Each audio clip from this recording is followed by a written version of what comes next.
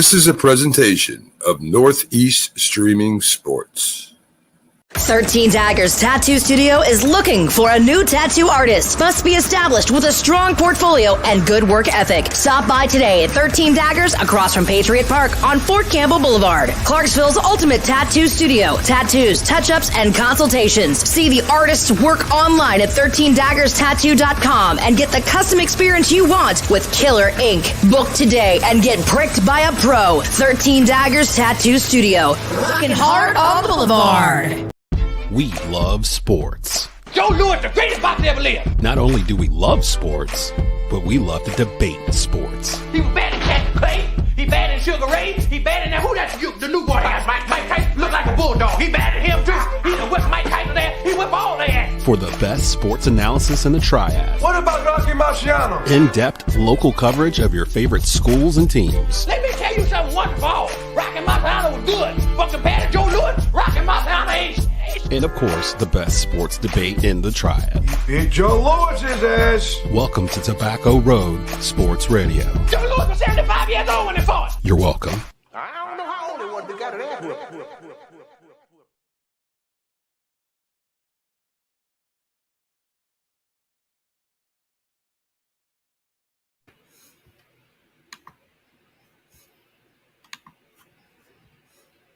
We haven't had it in 15 years, but I think we have it now. His name is Hendon Hookjer.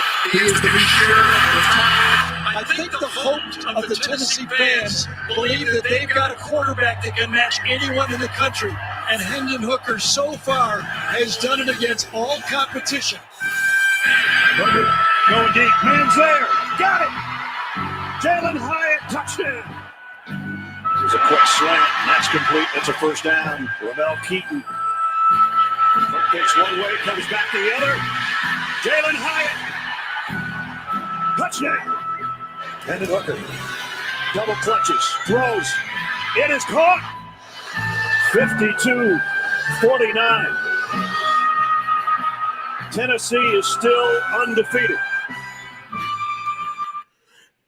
And yes, they are undefeated. Oh my goodness gracious. What a weekend in college football. We knew this was going to be a game. Did we know how great of a game it was going to be?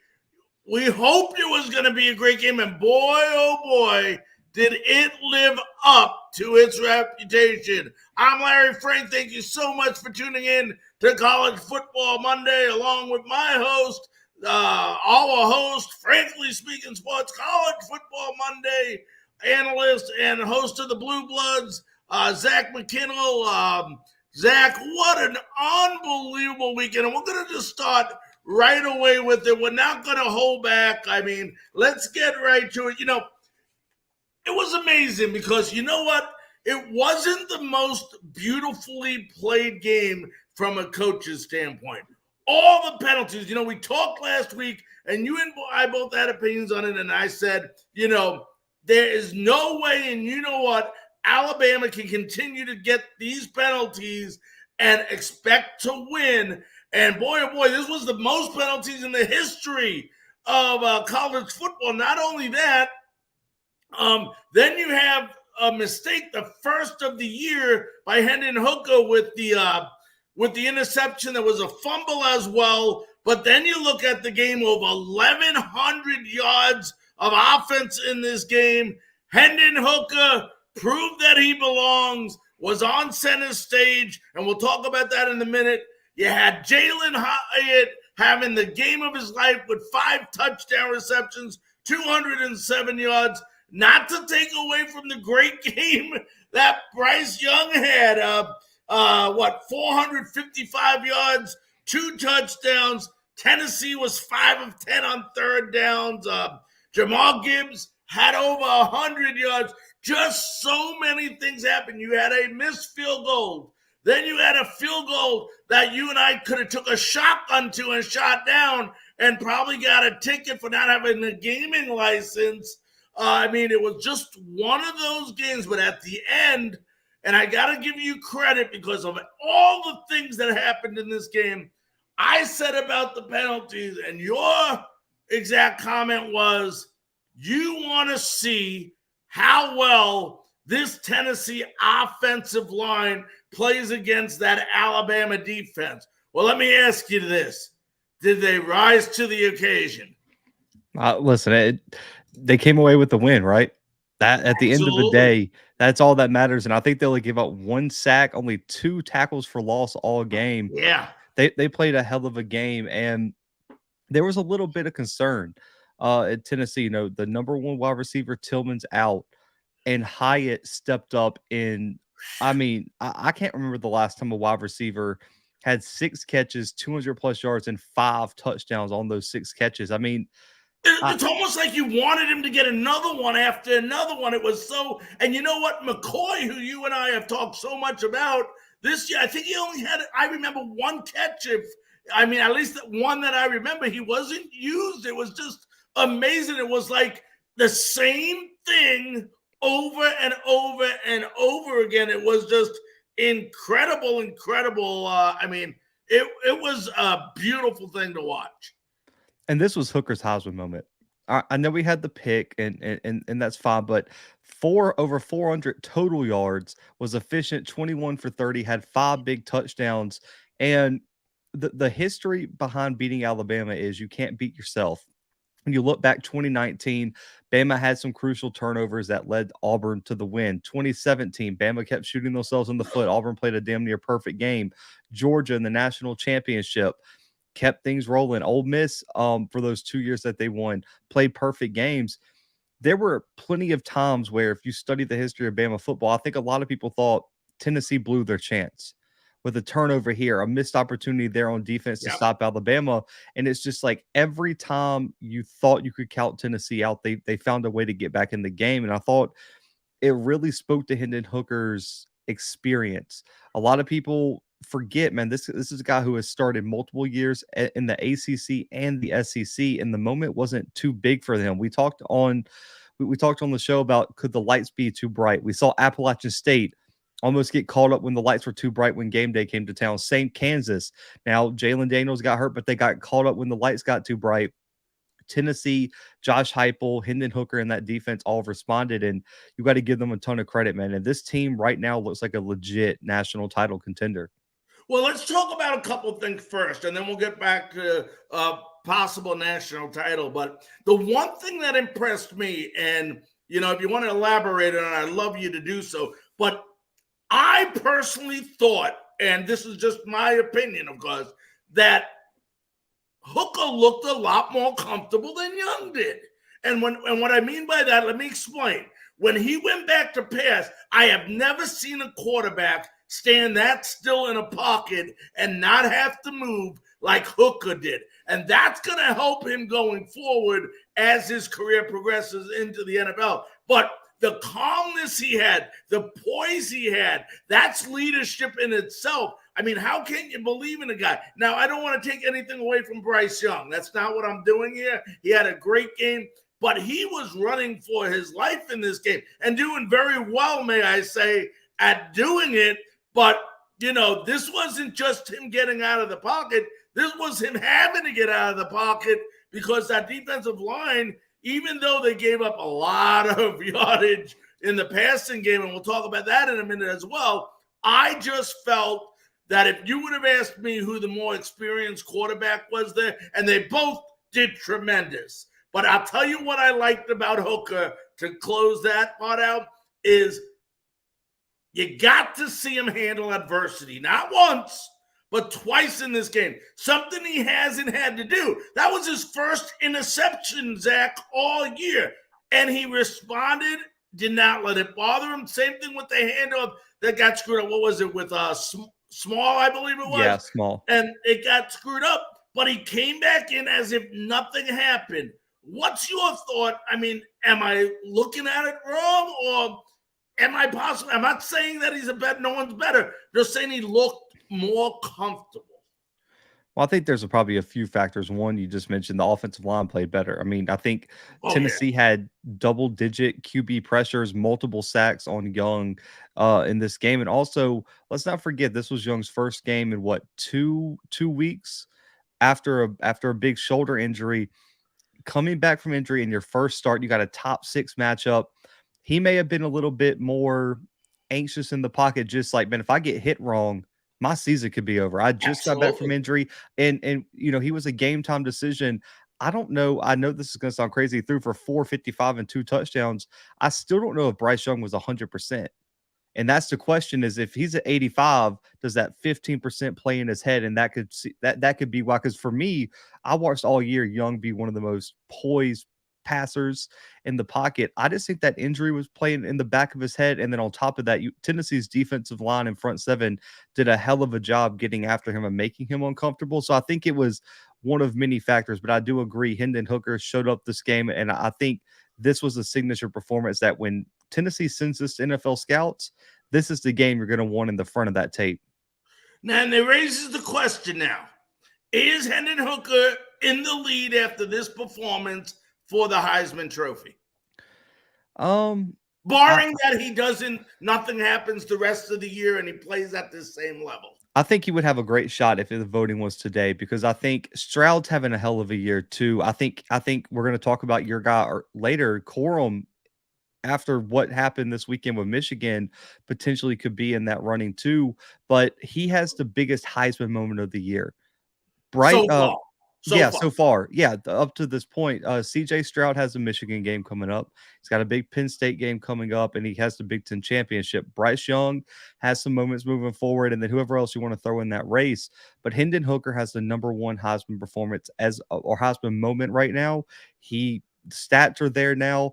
I think Hendon Hookjer right now would be your Heisman favorite as we enter week 8. If he goes into Georgia, and let's just hypothetically say, forget about winning or losing right now, but if he has the same type of game that he had versus Alabama, could he seal it?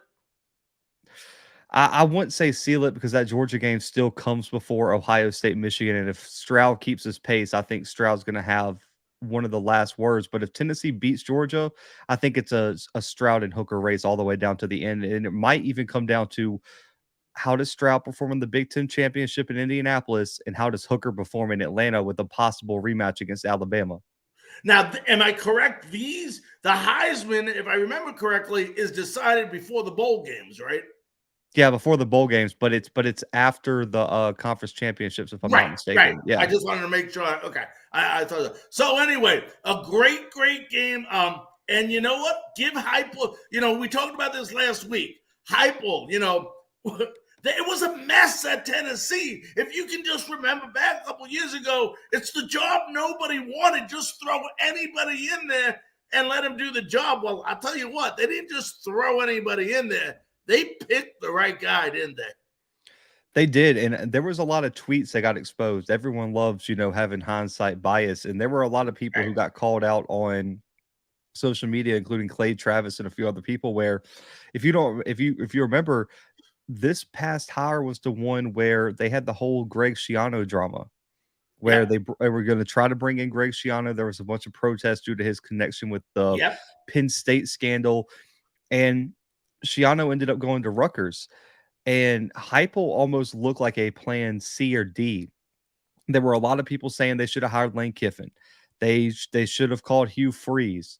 They could have called Jeremy Chadwell over at Coastal Carolina. There were a list of names that people were listing before Josh Heupel, and it just shows that Tennessee's leadership, the search committee, if they had one at that time, knew the qualities and what they wanted in a top candidate, and they stuck with their guns. They didn't go for the flashy hire. They didn't let the media or fan, outside of the fan with Greg Schiano stuff sway their opinion. They said, we got like our guy with Josh Heupel. We're going to move forward with him, and it's paid off in a big way. And what I would consider, and I know a lot of people will agree with me, it might be too early, but definitely the coach of the year in college football at this point of the year. Yeah. If Tennessee gets to the SEC championship, it's clinched. And really and truly, if they even finish with one loss, let's just say Georgia upsets them, I still think he probably deserves it.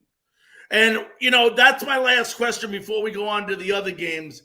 This team gave up 49 points to a great Alabama team. Let's not forget emphasizing how great Bryce Young is and, Jahmyr Gibbs. Jahmyr Gibbs. Thank you. I went blank a minute. How great this offense is. does this defense have to play the same way, or do they have to go into two things I want to ask her? Number one, versus that game, and number two, I hate a game that's coming up like the one Tennessee has versus, I believe it's Tennessee Martin or UT Martin. UT Martin, thank you. Versus UT Martin, and I'll tell you why. Yes, they should win. They probably can play poorly and win. But let me explain something. UT Martin's not a bad team either. They're a good FCS football team. Don't be fooled just because they're not a Power 5 school. But the thing that I hate is sometimes you get this game in the middle like that, and you pick up bad habits in this game because you go in with the attitude that you should beat this team, And let's not forget, before Georgia, if I'm correct, Tennessee has to play a Kentucky team that fooled a lot of people this weekend and won.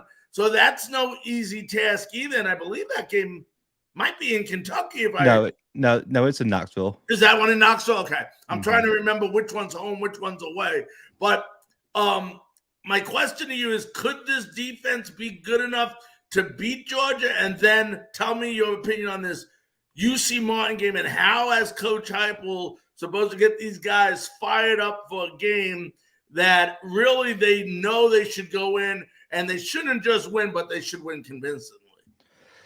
Yes, I think this team has the talent to beat Georgia. I really do. I don't think you can doubt them. They got an experienced quarterback. It's going to be the opposite of Alabama, because the question mark coming into this game, could Tennessee just outscore Bama? Because we knew both teams were going to be able to put up points.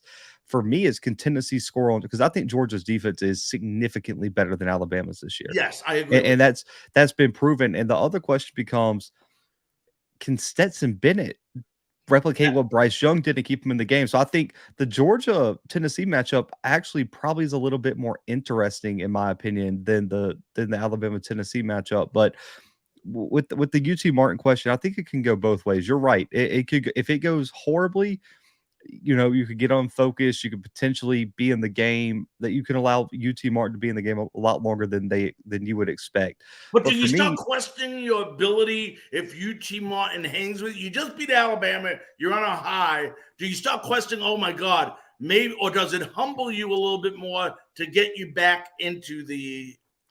I think a good coaching staff, because if you have a bad coaching staff, things like that can impact you moving forward. But I trust Heupel. I trust this coaching staff. What actually could happen, and I know this is going to sound crazy to people, it might be a good thing if UT Martin gives them a scare, because how many times have we seen the team pull off a big upset and sleepwalk the next few weeks because they think they're so good? I think this week Heupel needs to use this opportunity to, one, get healthy, get Tillman back, get some of your top contributors healthy for that Kentucky Georgia stretch. And for me, I think Hooker should not play past the second quarter. Do not. And I was going to. That's one of my questions for later was, what are you doing? Because let me explain something, and you'll understand this. But aren't you better off than? I want to say it the right way. You're not going to tell your players not to try. You don't do that. But instead of worrying about running it up, aren't you better off, if you are beating them, to put your backups in and have them play as hard as they can? So at least that way, your whole philosophy of playing hard and going first, because those second-string guys are going to play their you-know-what's off to prove for next year what they're capable of doing. Yeah, I mean, listen, you never say roll over, but I think they do play two good fundamental quarters.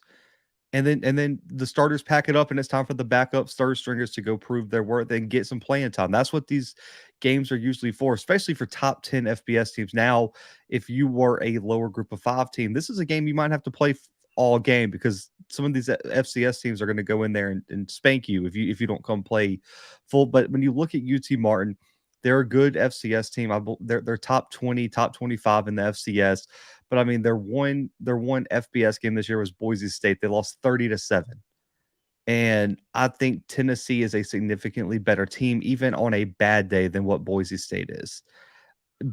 I think Tennessee should be able to have this game out of reach by the end of the first, early second quarter, and then Josh Heupel and this team stays healthy and move on to the next week, where you need to win next week at Kentucky. Because if you lose that game, you do not want to go into Athens with that immense amount of pressure, where all the goals ahead of you could be taken away in an instant after 2 back-to-back losses after this amazing win this weekend.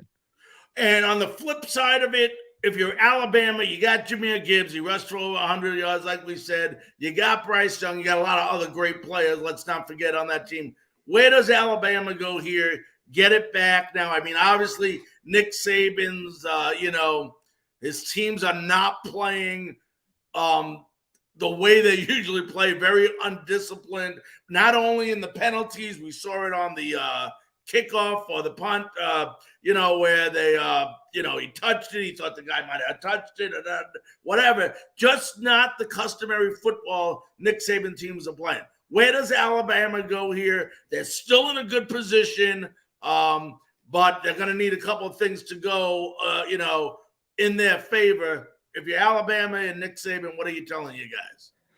Man, you got to get them refocused because next week, I think, I'm still not sold on Ole Miss. We'll probably talk about that later. I think their biggest game is next week. They play Mississippi State. You just gave up a ton of yards through the air to Hendon Hookjer in that receiving core. And you have Will Rogers coming in, who is right now on pace to, just put up ridiculous numbers this season. And Mississippi State has a lot of talented wide receivers. If you get into a shootout at home at 6 p.m. and Mississippi State gives you a scare going into your bye week, you cannot go down with 2 losses in your bye week, especially with a road trip to LSU coming up and another road trip against number 7 Ole Miss coming up the week after. And you still got the Iron Bowl, which is always in question, regardless of how bad Auburn is. Next week's a must-win game for Saban. If history shows anything outside of 2010 when they lost 3 games that year, that was the year Auburn, LSU, and I think South Carolina all beat them. Nick Saban's teams bounce back, but the penalties are so uncharacteristic. Consistently, week in and week out, they've been getting beat by penalties. 17, was it? 17? Yeah, 17 penalties. Next week is a refocus week for Alabama, but like you said, all their goals are in front of them. And outside of Mississippi State and possibly Ole Miss, I don't know if there's a team in the West that's going to compete with them. Yeah. All right, let's go ahead and let's move on to games now. Other games, I should say.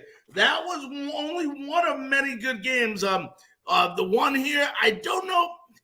Kansas was playing real well, but they met up with an Oklahoma team that Eric Gray, former Tennessee Volunteer, rushed for 176 yards. He averaged 8.8 yards per carry, 2 touchdowns. Meanwhile, Dylan Gabriel, holy cow, 403 yards, 2 touchdowns in the air. Listen to this. Oklahoma was 16 of 21 on third down. You're not going to beat a team when you allow a team 16 of 21 chances on third down to execute. And that's not counting the 1-for-1. They were on fourth down. They had 298 yards rushing. Meanwhile, Jason Bean of Kansas just, 2 interceptions, 4 touchdowns. Oklahoma came to play this game. They had to. After you got smacked by Texas 49-0, you better get a win somewhere. And TCU handled you. And for Kansas, I know this sounds bad, and I'm sorry, I apologize to all the Jayhawks fans. This season's just chalk now. After you lost Jalen Daniels, anything that happened after that, I can't hold you to it. And I think Kansas is prime next year to make some waves. And I think Bean's playing particularly well. He's made some mistakes that I don't know if Daniels would have necessarily made. Neal with the running game has been solid, but Eric Gray, I was a huge fan of him at Tennessee, and I was really disappointed last year that he didn't make the impact for the Sooners that I thought he would. But this game, he showed exactly why I loved him when he transferred out of Tennessee. Gabriel looked solid. I'm really surprised about how bad this Oklahoma defense is under Venables. I really thought we were going to see kind of a flip with Oklahoma where the offense would be good, but the defense would be the centerpiece because of Venables. Maybe it's just he don't have his players in there and he needs more time to build that defense like he did at Clemson. But I am shocked at how bad this defense is, and I think that's cost Oklahoma the few of the games that they've lost this year. But it was a big win for Oklahoma, and I think for Kansas now you need one more win for bowl eligibility, and for Kansas that is historic almost to be back bowl eligible for the first time since like the mid 2000s. Yeah, and to them that, I know success is based on winning it all, but that's still a successful year for Kansas being bowl eligible. 1,000%. Yep. Let's move on. Talk about unbelievable. How about this game? Okay, first of all, give credit to the Michigan offensive line. You talk about an offensive line, Zach. This is the one, could be one of the better ones in all of college football. This team, Michigan team, 418 yards rushing. It gets better. Blake Corum, 166 yards rushing, and I believe he had 2 touchdowns, okay? And he did not rush for the most yards on the team. It was the other running back, Donovan Edwards, 173 yards rushing, averaged 10.8 yards a carry, 2 touchdowns. And then, I mentioned 418 yards. Michigan didn't only run over them, then they outscored them in the second half, 25-3. That Michigan running game is beastly. Man, I got to give you credit because I agree with you that Corum was good. I didn't think he was a Heisman contender, but man, he is putting up some this. So this is some crazy stats for you, man. Because last year he was good. Let's not forget, Corum had a big year last year when Michigan made the run to the playoffs. Yeah. Did you know he's less than 50 yards away from his total rush yardage from last season, while already having having 2 more rushing touchdowns than he had all of last season at 13. Incredible. And now he did have 5 in one game, but it counts. But I'm just saying 5 of them did come in one game. The thing is, how do I say that? He does it quietly, if that makes sense. It's like, I watched the highlights of some of this game. You and I could have rushed for 200 yards in this game. These holes were huge. And he's even better to watch when he makes these moves with his body. He's just very, very flexible guy. Let's give I understand how great the rushing game is, offensive line. Listen, as a former O lineman, I've drooled over watching Michigan film because it is just beautiful to watch. And like you said, they probably got one of the better offensive lines in the entire country. But I said on the preview that I thought the difference was going to be I trusted Michigan's defense more than I trusted Penn State's. And I don't think the stats tell the whole story because they dominated this game. Ultimately held Penn State to under 160 yards passing, no touchdowns there. And it says 111 yards rushing for Penn State. So if you didn't watch this game, you don't know. Sean Clifford had a 62-yard run in that game. Yep. If you take those 62 yards away, they held them to under 50 yards rushing in this game too. And if you take that away, they held them to like 2 yards per carry. None of the running backs had over 20 yards rushing. That is impressive. Michigan's front 7 is legit. The secondary played a hell of a game. None of the wide receivers had 60-plus yards receiving. Michigan's defense is the real deal, and that's what separates them from some of the other top teams in the country where I feel like they have elite offenses where they can score with the best of them. But right now, with Michigan's running game and Michigan's defense, I know this sounds crazy, man. I've been a Michigan denier for a long time in terms of the Harbaugh era. They got a national championship build here. Absolutely. I agree with you. I love this team. As from the offensive line to the run game, the one question, though, I've been a staunch supporter of this statement.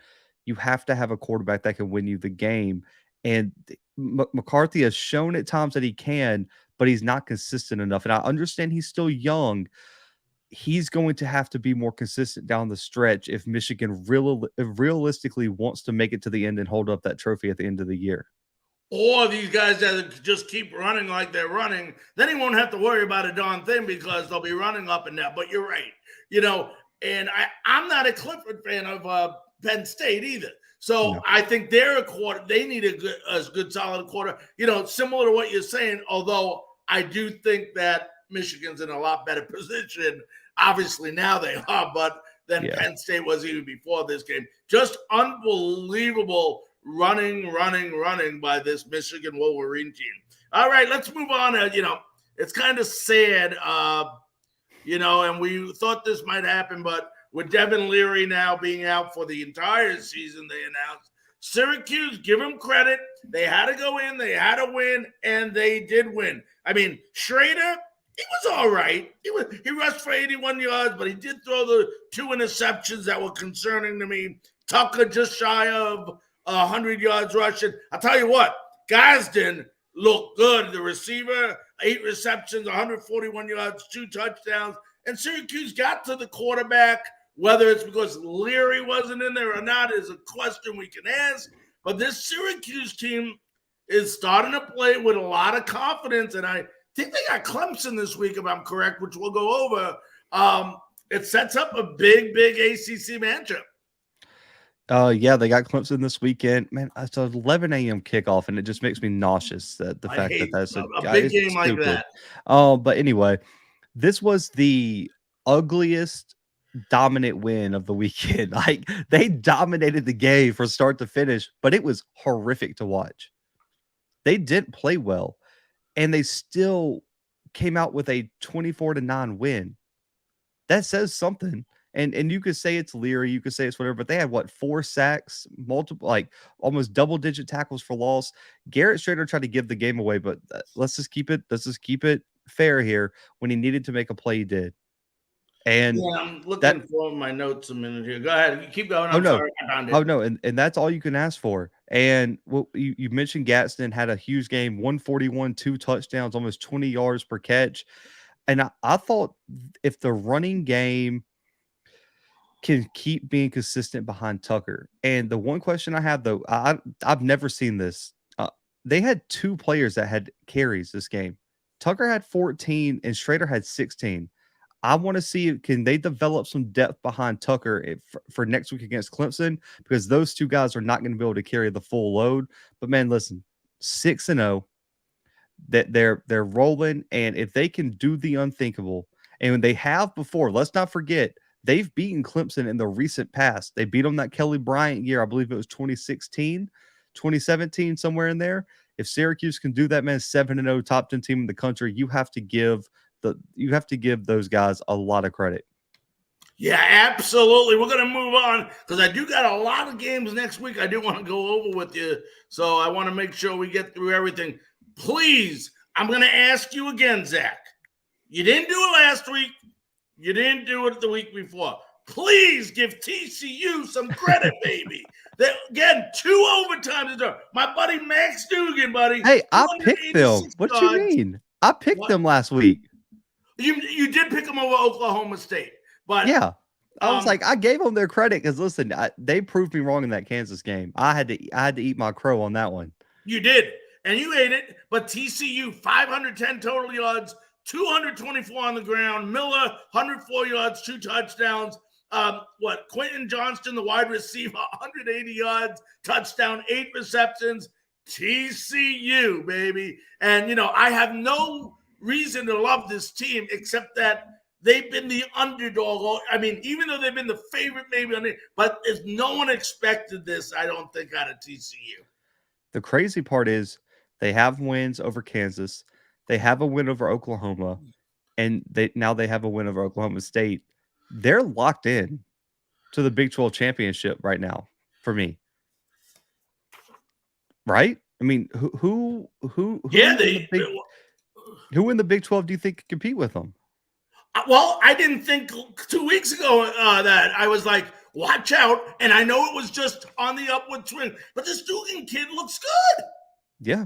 I think there's 2 teams on their schedule this weekend. They got a top 20 matchup again, Kansas State, but they have to come down to Dallas and face them. Then that road trip to Texas, the 12th, Quinn Ewers will be 100% healthy, fingers crossed. By then, that's a tough matchup for them because we saw how good Texas can be with a healthy Ewers. But right now, I don't think West Virginia, Texas Tech, Baylor, Iowa State hangs in with TCU. Right now, man, I think they have a perfectly clear path to Dallas for the Big 12 championship game in year 1 after Gary Patterson up and left, and everyone thought he was the mastermind behind this TCU. What do you want to call it? Success. They did it with defense. Now they're putting up 500-600 yards per game and doing it with offense. In the first year after Patterson, you have to give this coaching staff a ton of credit. And the thing about Dugan I like, the big number, when you play an double overtime game, you win 43 40, it's that turnover number. And the guy had a big goose egg. 0. Don't make mistakes. Don't let the other team get unnecessary chances. And that's what Dugan's doing right now. He keeps that up. You're right. It's going to be tough for anyone to catch him in that division.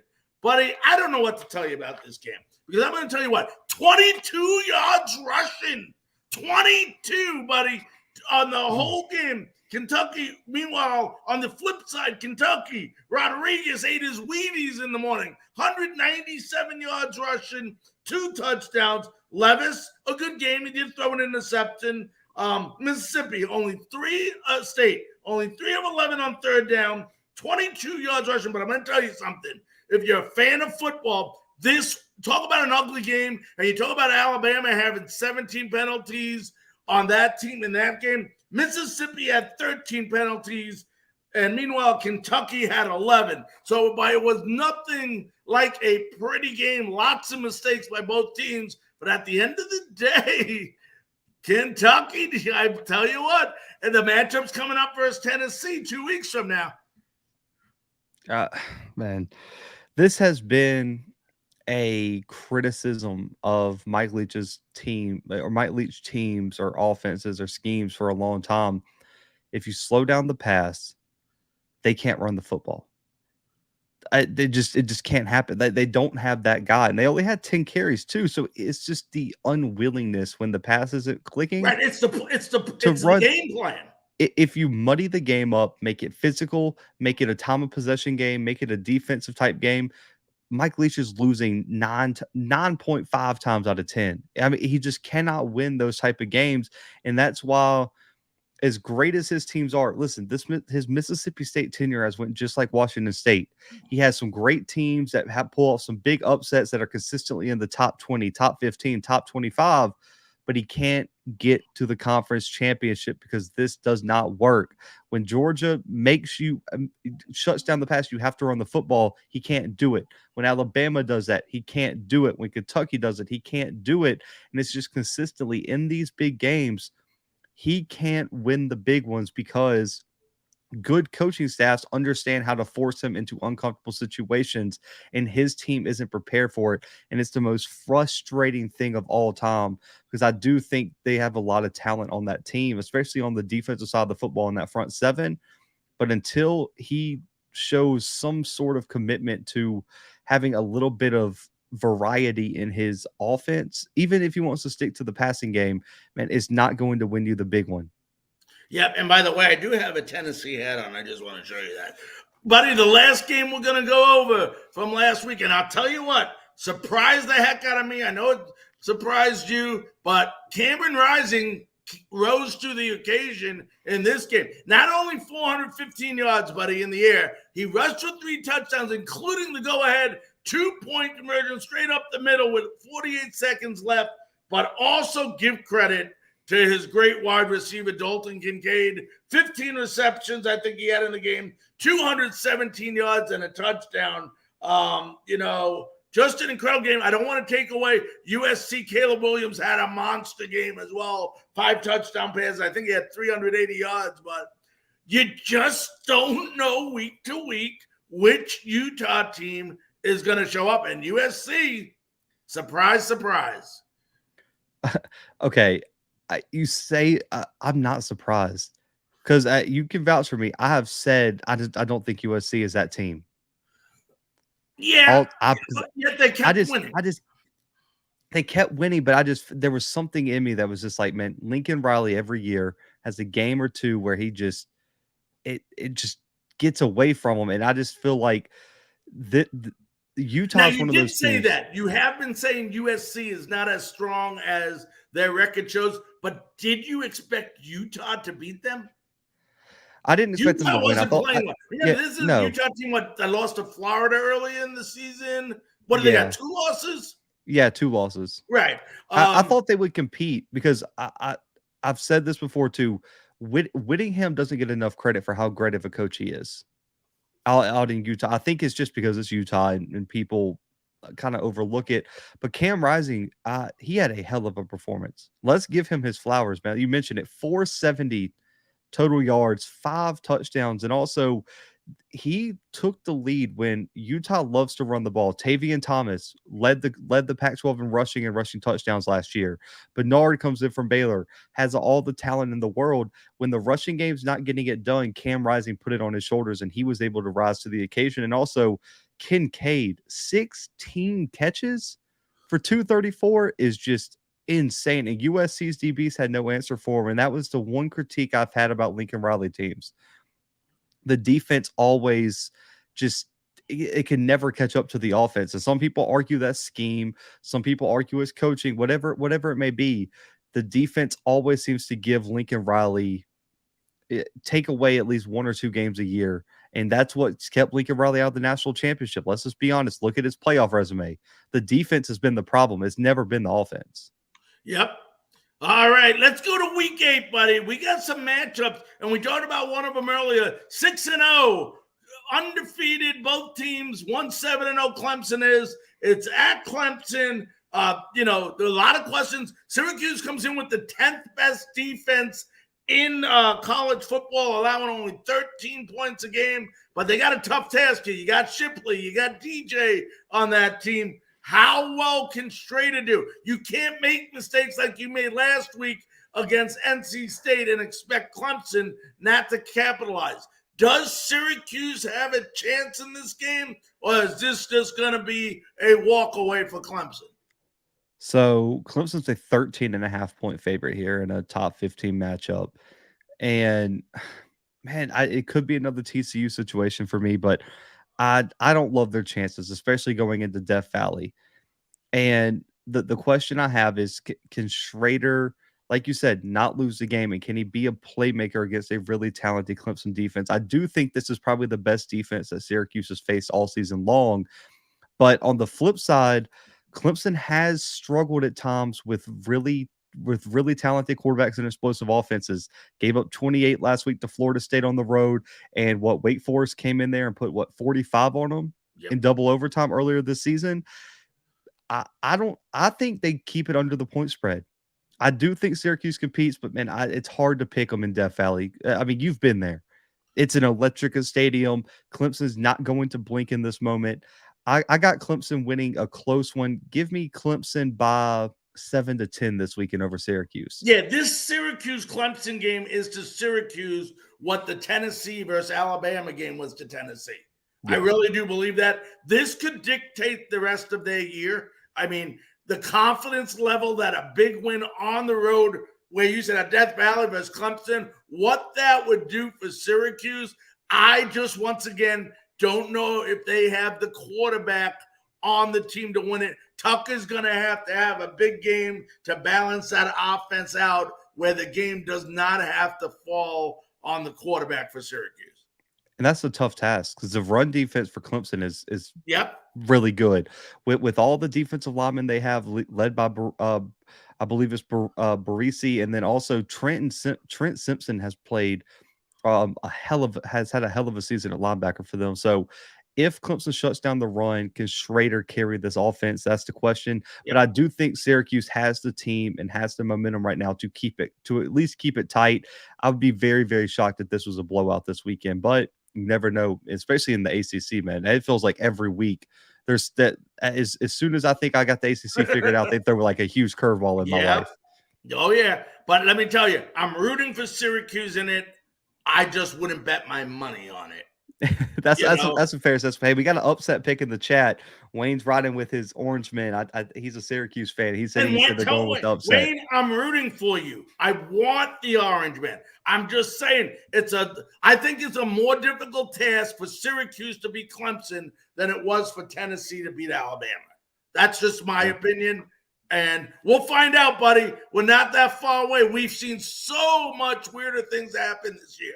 Speaking of weirder things, one of the better defenses, 38th in the league, Texas, at Oklahoma State. A lot of questions in this game. You mentioned it earlier about yours. I mean, I think he's going to play. I mean, I'm not sure what they're doing with him. I love their running back Robinson, okay? But the other question on the flip side is, how about the health of Spencer Sanders? I heard he's not doing too well either. So a lot of questions in this game. It's obviously a much bigger game for Oklahoma State being ranked number 8. Not that it'll push them necessarily up or anything, but a loss to Texas will push them out of the top 10. Yeah, for me, uh, it's the health of Sanders, but also I really do trust Quinn Ewers.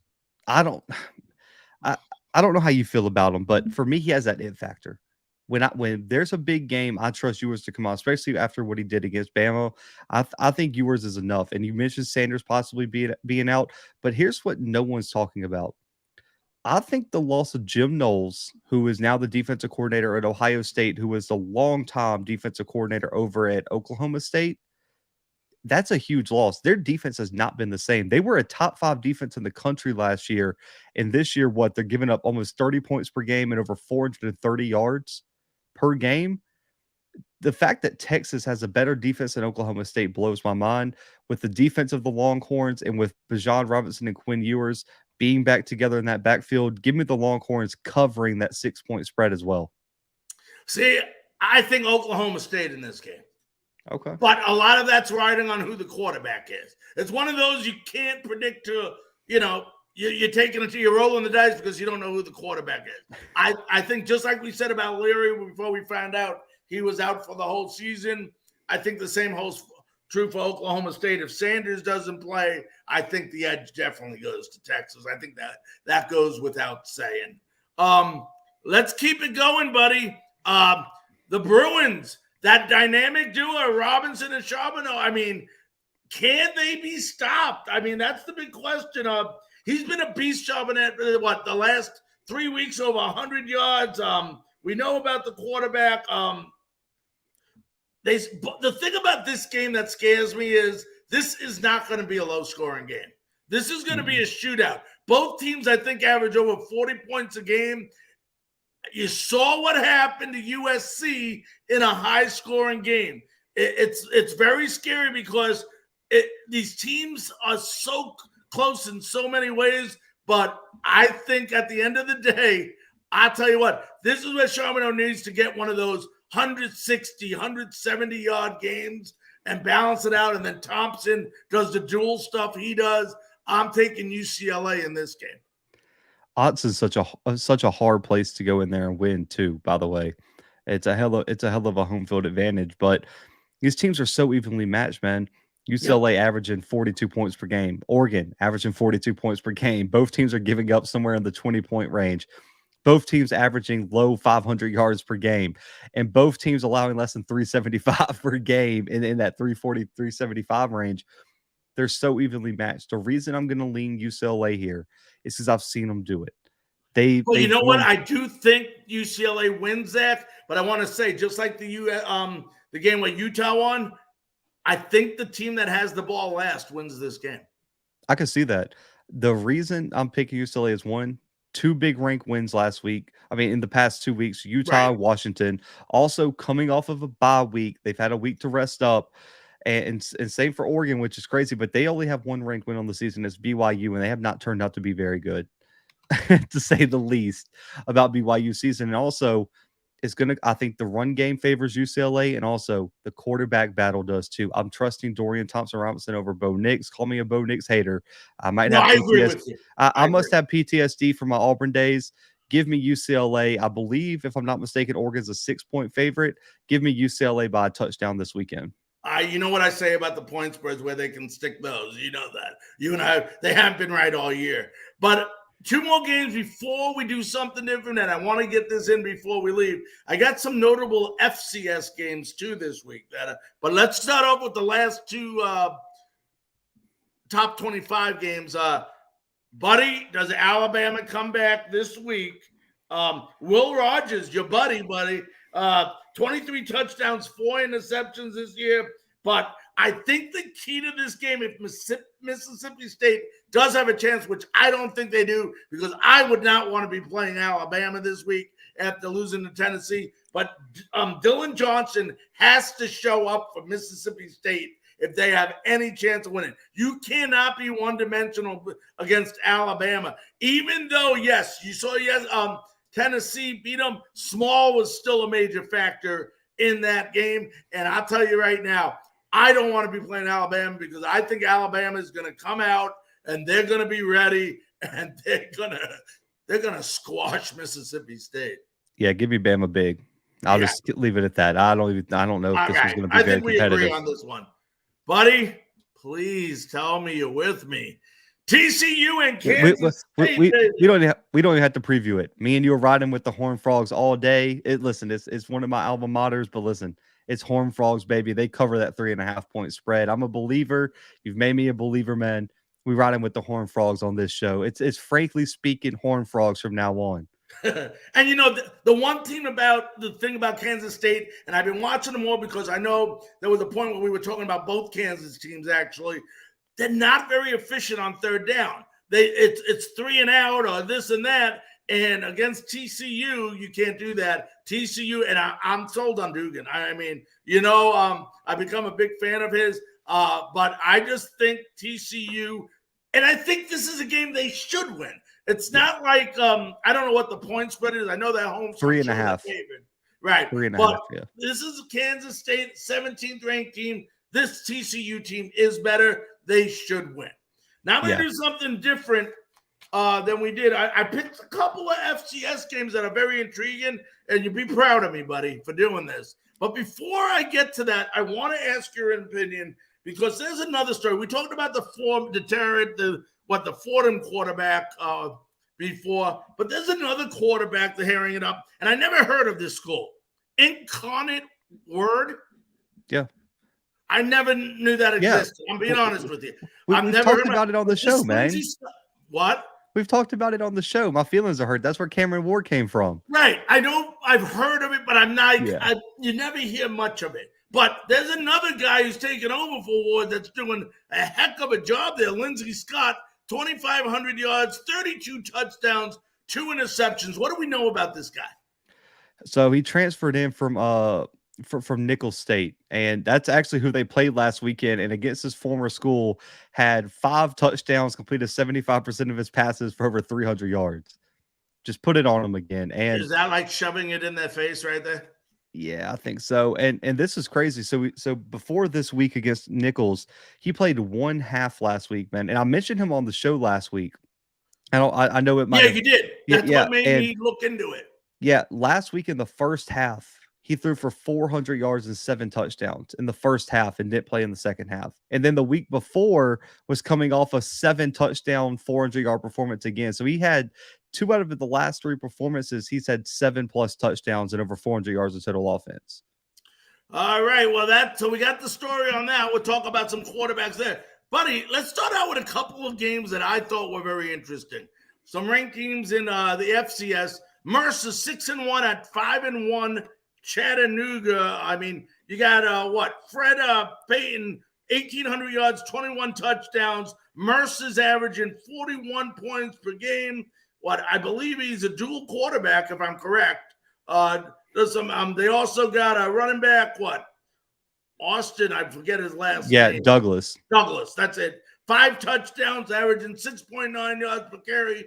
But both teams have great defense, allowing under 17 points a game. Let's talk a little FCS for the last couple of minutes here. Who do you got on this one, buddy? I can't make a pick on this one. I'll be covering this game. I'll be in Chattanooga this weekend. Fair enough. Covering this game, so I got to pull the Kurt Hurts. But what can you tell us about each team and the players on these teams?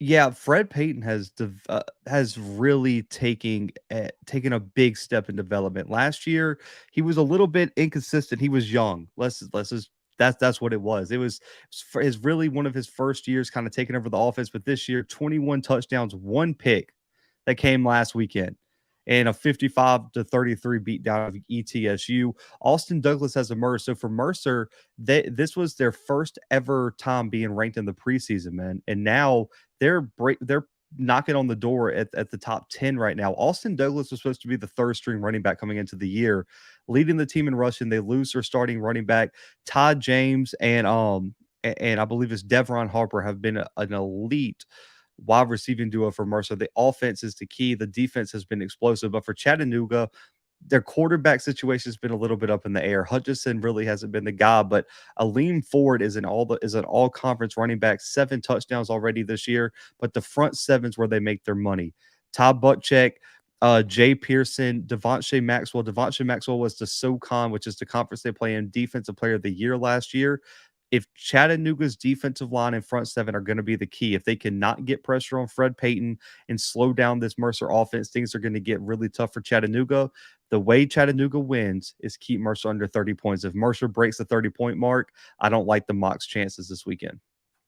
In the next game, you got Weber State at Montana. This could be the game where does Weber State defense handle the rushing game of Montana, because that's what they got to do if they have a chance to win. What? Sean Chambers, 621 yards rushing, 16 touchdowns. But I don't know about this guy. Is he a quarterback or is he a running back? Because I know he started a couple games. Now he's a running back. I mean, he has 80-something rush. Do they know where this guy plays, or is he Taysom Hill? No, this is going to blow your mind, man. Sean Chambers is the backup quarterback. That's what I thought. Yeah, he's a backup quarterback. Tommy Mellott was the freshman quarterback who led Montana State to the national title. Sean Chambers barely saw any action the first 2 games of the season, really. I mean, and he came in and his first start went for like 203 and 3 touchdowns on the ground. Sean Chambers is legit, leads the country in rushing touchdowns at any level. And Willie Patterson has really emerged at the wide receiver spot. Montana State lost their number 1 wide receiver to the draft. Willie Patterson, 8 touchdowns, was one of my 3 player of the weeks at the FCS level this week. Had a 3 touchdown performance. Mellott, Chambers, how they split it is going to be interesting. But they're sitting at 6-1. They started the season, man. And just listen to me. They were missing their top 5 running backs on the roster. They were playing a 6-string running back and a backup quarterback beating teams. Their only loss was to Oregon State. But for Weber, I'm a little biased here. In my opinion, they've had the best defense in the country this year. That defense has been electric. I think when you look at their secondary, best in the FCS. Yeah, I think they're not statistically, but I mean they're top 5 in most things. But just in terms of pure overall depth, I think they have that type of talent on the back end. They probably got the best corner in FCS right now. The defensive line has played really well. Bankston's done an excellent job rushing the football, but McPherson at wide receiver, 5.016 touchdowns is going to be the X factor. This is going to come down to which defense can make enough plays. But you mentioned it. If Montana State can establish the run, it's going to be a hard day for Weber to get that win up in Bozeman. Now, I'll tell you, the other part of Montana, I'm not so sure about this weekend. This Sacramento State team is unbelievable. What? Carmen, did you pronounce it Scatterbo? Yeah. 201 yards rushing last week. They averaged 43 points a game. It's 3rd in the FCS, and Sacramento is 5th in rushing, 275 yards a game. Can Montana stop them? This is a must-win for the Grizz. Montana last week was the number 3 team in the country. Idaho pulls off the big upset. Sacramento State was ranked number 2 in the FCS Stats Per Form poll. I had them number 2 in my ballot. Sacramento State this year has been amazing. They run a 2-quarterback system, which is very rare to see success in. But Jake Dunaway and Asher O'Hara complement each other very well. You mentioned Scatterbo at the running back spot being electric. And the tight end, Marshall Martin, might be one of the best tight ends in the country. 362, 5 touchdowns, but it's the defense. They had multiple 4-star transfers come in, and they returned 9 of their 11 starters from last season when they won the Big Sky. Sac State is a problem, a legit national title contender. For Montana, they go as far as Lucas Johnson takes them. The question for the Grizz all throughout FCS circles was, will they ever have a national championship winning quarterback? Lucas Johnson, up until last week, was playing amazing. He did not have the best game, had 2 big turnovers against the Vandals. It's going to come down for the Grizz. If their defense and Patrick O'Connell can force some turnovers and stop that rushing attack, and if Lucas Johnson can return to form at the quarterback spot. All right, we got one more to go over, buddy. We'll do it quickly. Ivy League, buddy. We go from the Big Sky to the Ivy League. Princeton at Harvard. Now, Princeton has what's considered statistically the sixth best defense in FCS, but Harvard has a running back named Aiden. I don't know if you pronounce it Borgett or Buget. Borgett. Okay. Yeah, I was I believe close. so. But what, he has 7 touchdowns this year, 608 yards rushing. And the thing about this game is don't expect either quarterback to make mistakes. They don't make a lot of mistakes. I think both of them have 2 interceptions on the year. So this game is going to not be one, there could be a turnover and it's one by it, but don't expect to win this game on a turnover. You're going to have to win this game. Yeah, it's going to come down who runs the ball. The more officially, Borgett and then Butler for Princeton have been 2 electric running backs. Butler with 8 touchdowns, Borgett with 600 plus yards, 7 touchdowns, and also the front 7 for Harvard could be the X factor. They have multiple guys, Thor Griffith and some other guys. Nate, I believe it's Levicek. They've been unstoppable in terms of getting to the quarterback and playing in the backfield. Princeton has to establish their rhythm. Harvard's coming in at 4-1. Their only losses to a top 8 team in Holy Cross in a competitive game. Don't underestimate the Crimson in this one. I really like their defense. I think that if that defense can slow down Princeton's rushing attack, Harvard's got an amazing chance to win this game. All right, before I let you run, because we're running out of time here, anything as far as of interest? I know we hit on most notable games that we did not mention. I think the biggest one that probably has a lot of notoriety just because of the names involved, Campbell Jackson State. It's not a ranked matchup. Campbell's receiving votes. Jackson State's top 10 in the country. Mike Minter versus Deion Sanders, the top 2 FCS recruiting classes going head to head. Homecoming for Jackson State 2, probably in front of 60,000 people down there in the Vet. That's a game that you might want to pay attention to this weekend. Okay, always the last question before we go. AP Top 25. Who has the most to lose and who has the most to gain based on the games this week? I would say Syracuse probably has the most to gain. Yeah, Syracuse probably has a little bit of both. I think voters are still kind of skeptical about what their overall potential is. A blowout loss to Clemson could really, really hurt them moving forward. And also TCU too. TCU's taken a long time to kind of garner that respect. If K-State goes in there and beats them, that could really set back TCU in terms of their ultimate goal and moving up in the rankings. All right, my friend. Well, we have Week 8 preview. Week 7's over. Week 8 is coming up this weekend. Before you know it, we're on Week 9. It's just flying by. And remember, something surprising is going to happen this week in college football. We know that. But on behalf of myself, Zach Mckinnell, until next Monday night, have a great, great week, and we'll see you again Monday night.